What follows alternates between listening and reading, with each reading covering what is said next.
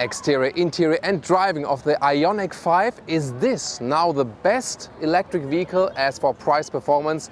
We will find out. Look at that front, retro design, really awesome look.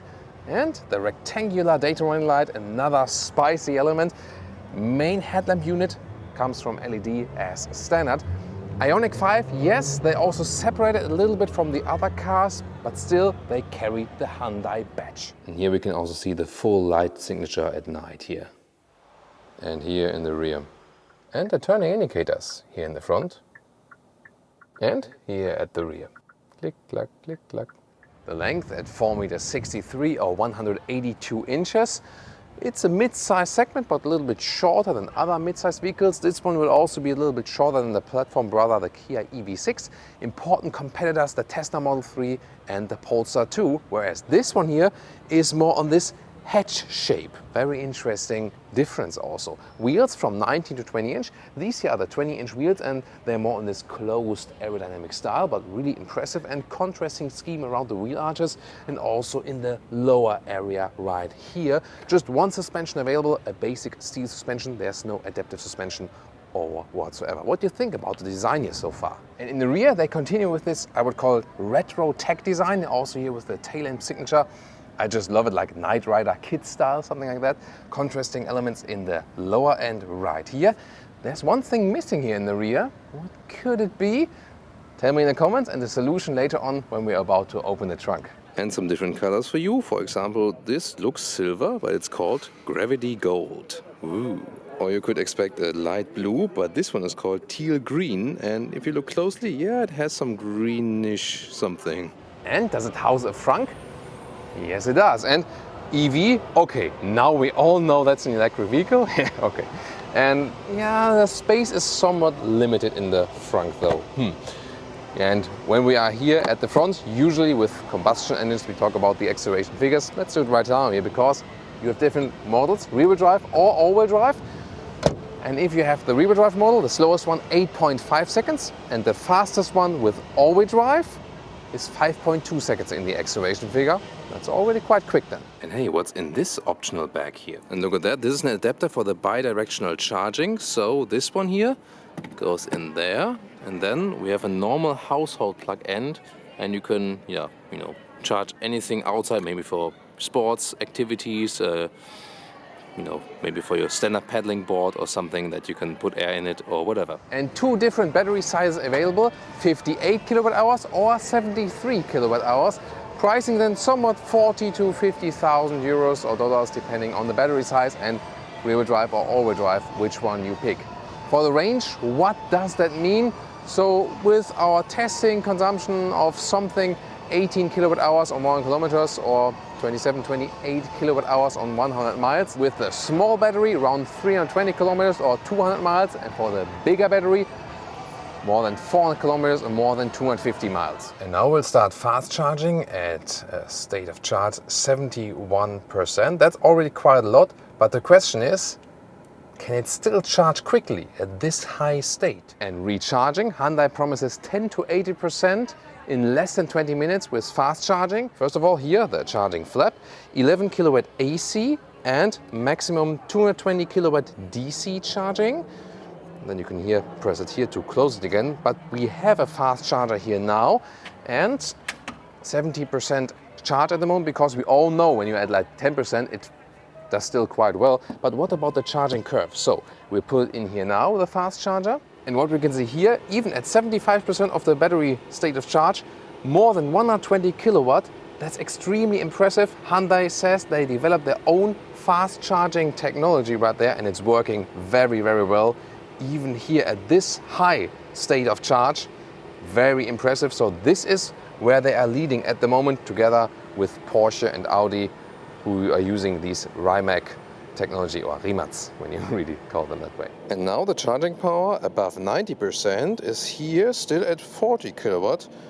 Around with that, yeah, that's still quite decent. And when you are in a narrow parking situation like this, there's also a very interesting function. You can press the key fob here, special hold button. And when you held it for a couple of seconds, then you hear the AC is running. That's the only sign. And then you can press the forward key here. and then the car comes alive, and then you can let it drive out, magic. But you know, sometimes you need some practice that it actually works. When it's working really nicely and flawlessly, that's it. And here now I can get inside, but for this take I needed a few times actually to show that to you perfectly. This is the car key, good quality, and when you open it, then the door handles come towards you. They're otherwise integrated like this, and door closing sound is really solid like that. Inside of the doors, soft touch already in the top part, not too soft though. Here also somewhat soft, real soft than here, and it's kind of a floating design, and also interesting new materials right here. So this is indeed fancy, but a very slim door pocket right there. The Bose sound system right here has an illumination also at night around there, and the IONIQ 5 entry badge. Nice floor mats also, and this is high trim by the way. The steering wheel also with an interesting fabric-alike material here on the inside where the airbag pops out. Now everything is kind of shut down. Soon we'll also light that up, and then you see everything on the steering wheel and so on. 2x 12.3-inch screens, at the moment shut off. Also soon more to that. And then the seats, they would start with black fabric. That's the best choice to go. This is the optional animal skin pack. Of course, it doesn't make sense for any sustainable car, and it's of course not animal friendly. And also you can see here, I mean, these are early prototype vehicles, yes, but still, I'm not sure if that will be different later on. We have to check that at a later stage. Oh, by the way, this here is just a magnet, so you can just take it off and you have a cleaner look. Seating position is kind of like compact hatch style, I would say. Then steering wheel manual up and down, and also in and out. And headroom here with 1.6 or 6'1". Still plenty left, although there is already this panoramic roof, and it opens in a very interesting way. Look at that, very soon. But here, I mean, the seating comfort is somewhat okay, but it's also not a special comfort, I would say.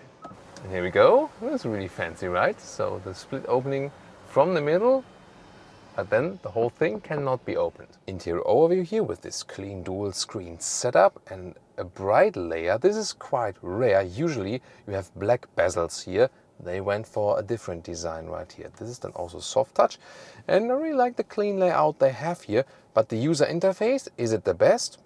Kind of not. You have the volume knob still, but then, for example, the climate dials are here with these capacitive buttons, and the question is again, why? At least they're separated here and not kind of like integrated in the screen or something. And you still have some hotkeys here, for example, to hop to the map or the the navigation directly. Then here when you put in the search and so on, zoom more to the infotainment system. Putting in the gears is here, front or reverse. That's actually quite simple and easy. And also the steering wheel has capacitive buttons. It's just one field. Yeah, it's a curse in the automotive industry, really, and they also fell for it actually. The driving mode selector, however, that's actually an easy choice here, and also with a nice feedback. And the digital instruments, and that's where we, for example, change the driving mode. And they're actually clear to read. You have the speed right there, and also then the projected range on the right side. You have a nice head-up display, it's a good option, and also with some GPS integration if you have a route set. Infotainment system, you might expect with the modern charging technology that they went for something modern in the infotainment system, but they didn't. So the standard Hyundai Kia infotainment system, it's a little bit wider, but it's nothing. I mean, our smartphones were far further, like 5 years ago. So this is not living up to the standard of this vehicle at all. This is quite responsive here in the main menu, like this. Climate menu is right here, but everything takes time and it's not good in the overview. So the user interface is just too complicated here, I think. So best is to take Apple CarPlay and Android Auto, and this integration is awesome. One of the best integrations using all the way of the screen. One of the best integration we've seen here with the Apple CarPlay, and the Bose sound system also delivers a very great true sound. And the rear view camera with a great resolution, also the helping lines adapt accordingly, right side fake drone view from above, and when you then switch to the driving mode again, like this, you have the visualization of the vehicle. It's of course all digitalized, and now you can take a look at what you're doing to the wheels and so on. The lower area is interesting, USB charger, 12-volt power supply, and then they have this open space using the EV platform. I like that. Then you have 2 cup holders, adaptive, and more charging possibilities, 2 times USB-A and also inductive charging pad. So the car internal infotainment system, CarPlay integration, yay! Still offering animal skin seats, but the offering of space and the roomish concept, this is awesome. Showing you this here, see another perspective here, with a space in the open front. Finally, someone is using that in the EV.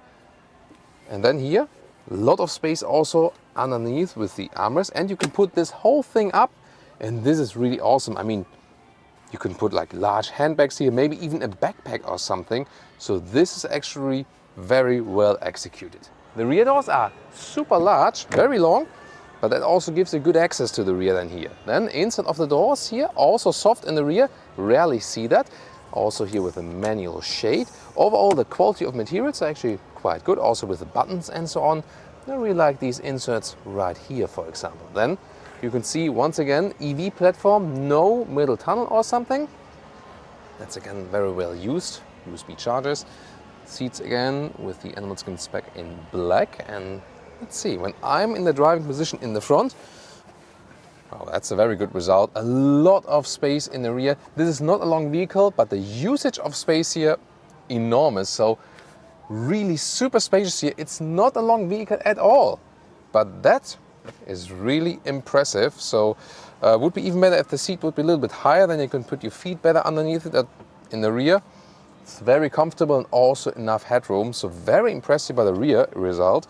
Then you can also put this angle here a little bit steeper or more in this, laying back position. And it's so easy to switch here also to the middle position. So 5 tall adults is an easy exercise here for the IONIQ 5. Well, and the bi-directional charging, of course, also works on the inside. Here, normal household plug, for example, to charge MacBooks and so on. And this is really practical because there's a lot of space around it. Usually it can be a problem, like especially with these chargers, but here, no problem. So did you solve the riddle, what this car does not have in the rear? Yes, you're right, it does not have a rear wiper. Can you live without one? Tell me in the comments. Then let's open that hatch. 500 liters up to 1,600 liters approximately. Wide opening, easy access to the trunk. And then, well, this cover here is a little bit wobbly and it's also not high enough. I'll soon show you. But the rest of the trunk is actually quite well usable. Width 1 meter or 40 inches. Length almost 1 meter or 40 inches. So that's totally okay. But it's actually quite shallow, so I can show you that with a backpack. So when I put the backpack right here, yeah, that's not that good. So maybe just put this whole thing out. So I would probably use this vehicle then without this, because so the problem of this trunk is the height, 15 inches or 40 centimeters to the cover here.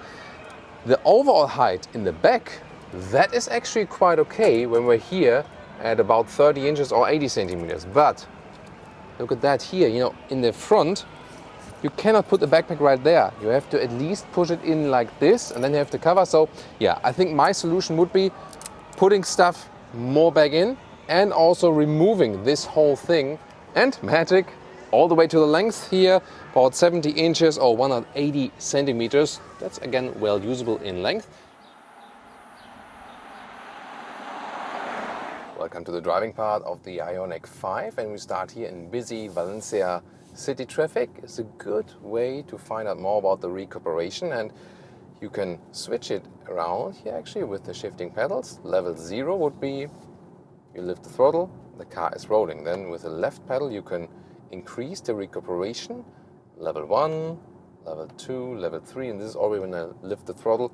There's strong recuperation, so strong braking then to gain back the energy. And one more, so-called I pedal, and this is then the strongest recuperation, and this is then the one pedal driving feeling. So when I lift the foot off the throttle, here I leave it a little bit, even while rolling, then I stand still. And this way I can really just drive with the throttle pedal, and I hardly ever use the brake pedal, just in an emergency situation where I really, really need it. What you also realize is when you're here stuck in city traffic, this open space surrounding here, where everything has a lot of room, this really helps also in narrow city traffic, because when everything around you feels kind of caged in and narrow, but here on the inside, everything feels spacious. That's a very, very good feeling. And also how everything resonates here from the switch gear and so on. When you touch, for example, a turning indicator, it's a really good build quality, and that also helps here while driving to feel somewhat just, you know, well and somewhat also sophisticated. It's also not too big for our vehicle, so in the city traffic you really feel at home, and you can also easily get a parking spot and so on and so on. So for city, good vehicle actually, and then you also have advantages if you compare it to really big EVs, for example. And noise insulation here so far also very good. It's a very silent and calm atmosphere. Of course, the electric driving, when I don't have any engine sound, also contributes to that. Usually I would leave it with the I-pedal, with the one-pedal driving feeling. I think just for the electric vehicles it's a more suitable thing, and it's also a safety thing, I always say, because when you lift your foot off the throttle, you immediately begin with the deceleration, and you don't have to switch from the throttle pedal to the brake pedal.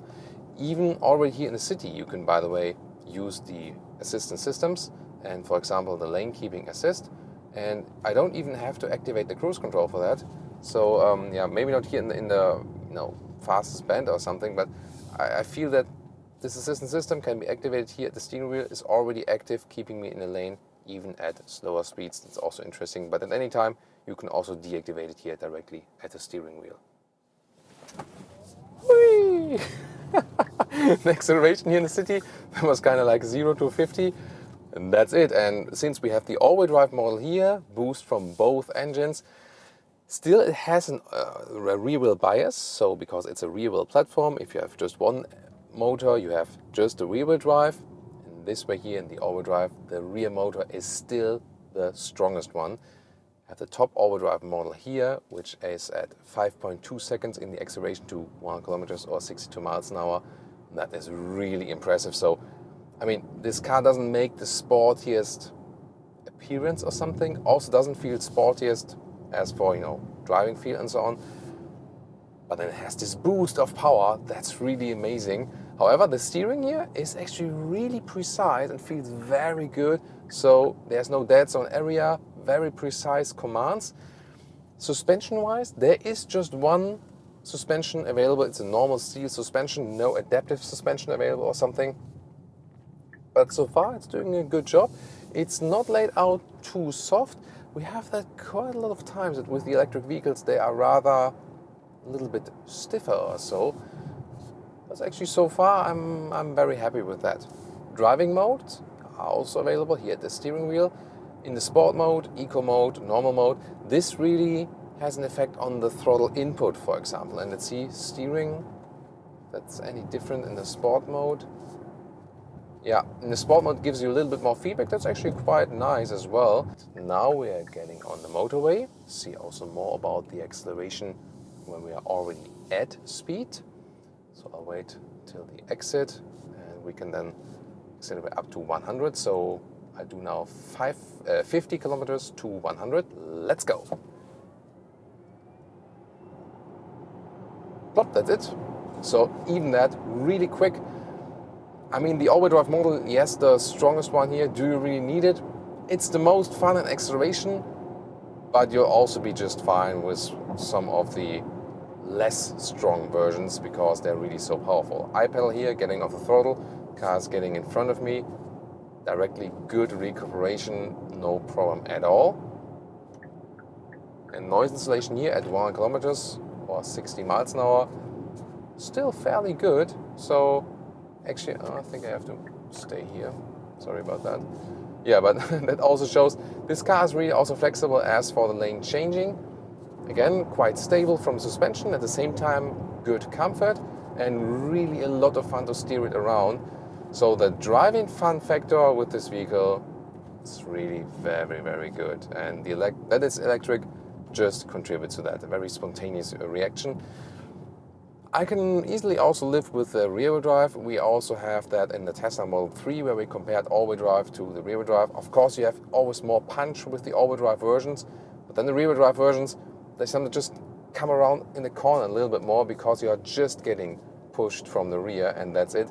And that can be sometimes just be a better feeling. Wow.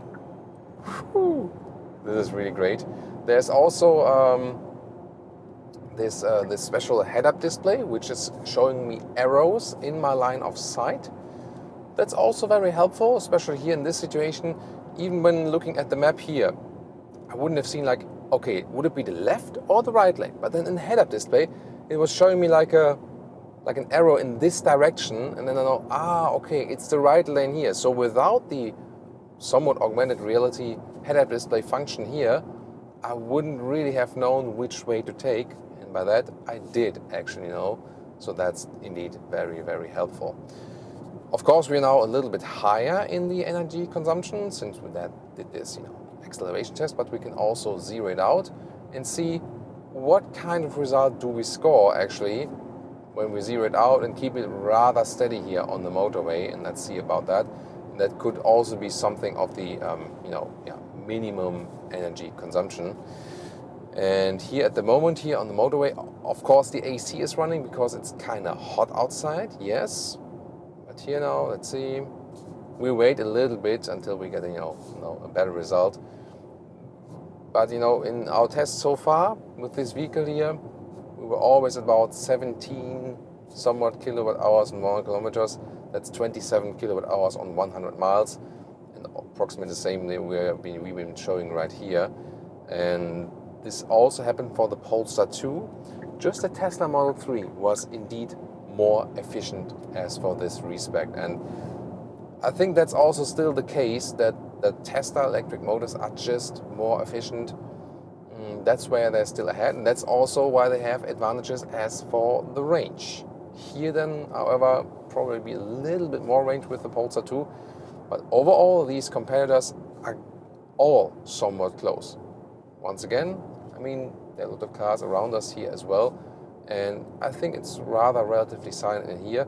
A high-speed test is yet to be done, so at a later stage we will also get this vehicle here in Germany, take to the German motorway and really floor it out 200 kilometers an hour or 125 miles an hour, see about that. Of course, please subscribe to our channel if you want to keep updated with these videos. This one here now, our first driving test today, and so far I'm actually quite impressed with the driving. Very positive aspect all the way, like steering, suspension, acceleration, calmness here in the interior, how everything is being built and you touch and you see while driving. That's really good. Infotainment system wise, once again, the inbuilt map, not too good to see, but definitely take the head-up display. This is really helpful, first of all, for checking the speed, because here also it's sometimes a little bit blocked while driving, but then also for these GPS arrows, you see, they are very, very helpful. So if there's one option you should actually go for, to me, the head-up display, it would actually be. And once again, lane change, a lot of fun, feels super flexible and agile. So all the hardware stuff they've done here is really, really convincing. Of course, we talked about the charging infrastructure and the whole stiffness of the chassis and so on. Everything we say today will basically also count for the Kia EV6 because they are sharing the same platform. And of course, it just makes sense that they do so because they developed this charging, this charging technology for both vehicles. There is the blind spot monitor, by the way. You have to have this small triangle in the side mirror, and when you set the turning indicators, it also flashes. That's helpful, but we've seen better integrations of the blind spot monitor. It's not too obvious, I think. And yeah, maybe should have been bigger, or maybe like in a curved way, something like this. That would have been more helpful than the small triangle we see here right now. So we had city traffic and also Autobahn, and in both cases, that was really, really convincing. And here now about 120 kilometers an hour, so about 70 miles an hour, still very stable on the road, and noise insulation wise, we're not picking up any disturbing wind noise anywhere. So even at this speed, which would be the maximum speed here in Spain, also on the motorway. These on the motorways in Spain, I know. So this is still a very good result. And when the motorways here are a little bit more curvy, that's also a reason why the speed is not too high. And then also in this area, really a lot of fun once again to steer this car around. Oh, by the way, not sure if you see that here, when I have the left turning indicator on the motorway, I have like the camera from the side mirror and right again here, and this is another blind spot helper. So when I use the right turning indicator, small camera image appears from the right side next to me, also a great safety feature. We've known that recently from the Genesis G80. This was a very interesting feature, and so what you see here also, the top luxury cars they have inside the corporation. Also this vehicle here, which is not top luxury class, but more in the price performance EV segment, still receives all the big tech stuff they have available. By the way, here, since we drove a little bit faster on the motorway, consumption now went up around 22, 23 kilowatt hours on 1 kilometer, so that would be more than, definitely way more than 30 kilowatt hours on 100 miles. So we see that on higher motorway driving, where Tesla even has more advantage, because the Tesla consumption does not go up that much when you drive a little bit faster on the motorway at the Polestar 2, and here also for the IONIQ 5, and also for the Kia EV6. That is actually the case. And then here, our range with the big battery for constant, like 120 kilometers or 70 miles. Now our motorway driving would be less than 400 kilometers or less than 250 miles. So is it now the best electric vehicle in the price performance sector out there now? It's a very, very good electric vehicle, but to me it's not the best, because infotainment system wise the Polestar 2 and the Tesla Model 3 are definitely way ahead. Tesla, of course, also with the supercharging infrastructure and also with the efficiency of the electric motors. This one here, however, very good in the charging technology. That's where it is actually ahead. And overall, a very, very good package they're offering. So now it's time then to go to our comparison review, Tesla Model 3 versus Polestar 2, to get more about these cars and even more on this car very soon, and also the Kia EV6 if you stay subscribed here on our channel. So first, see you now at the Tesla Model 3 versus the Polestar 2.